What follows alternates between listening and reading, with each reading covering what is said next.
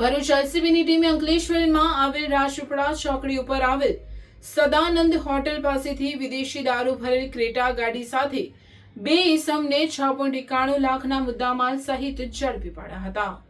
Bharuch એલસીબીના PI MP વાળાના માર્ગદર્શન હેઠળ PSI DA તુવર સહિત સ્ટાફ અંકલેશ્વર જીઆરડીસી વિસ્તારમાં ખાનગી વાહનમાં પેટ્રોલિંગમાં હતો.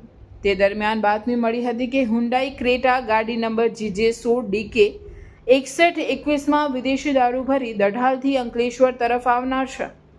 જે બાતમીના આધારે પોલીસે રાજપીપળા ચોકડી પાસે વોચ ગોઠવી હતી.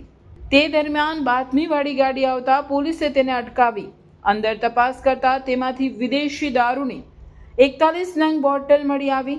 પોલીસે 81,000નો દારૂ અને ગાડી મળી કુલ 6.91 લાખના મુદ્દામાલ સાથે અંદાળા ગામની શ્યામ રેસિડેન્સીમાં રહેતો વિનોદ ઉર્ફે સુનિલ રામસિંહભાઈ ગોહિલ તેમજ ભરૂચના નકુલ વસાવાની અટકાયત કરી વધુ તપાસ હાથ ધરી છે.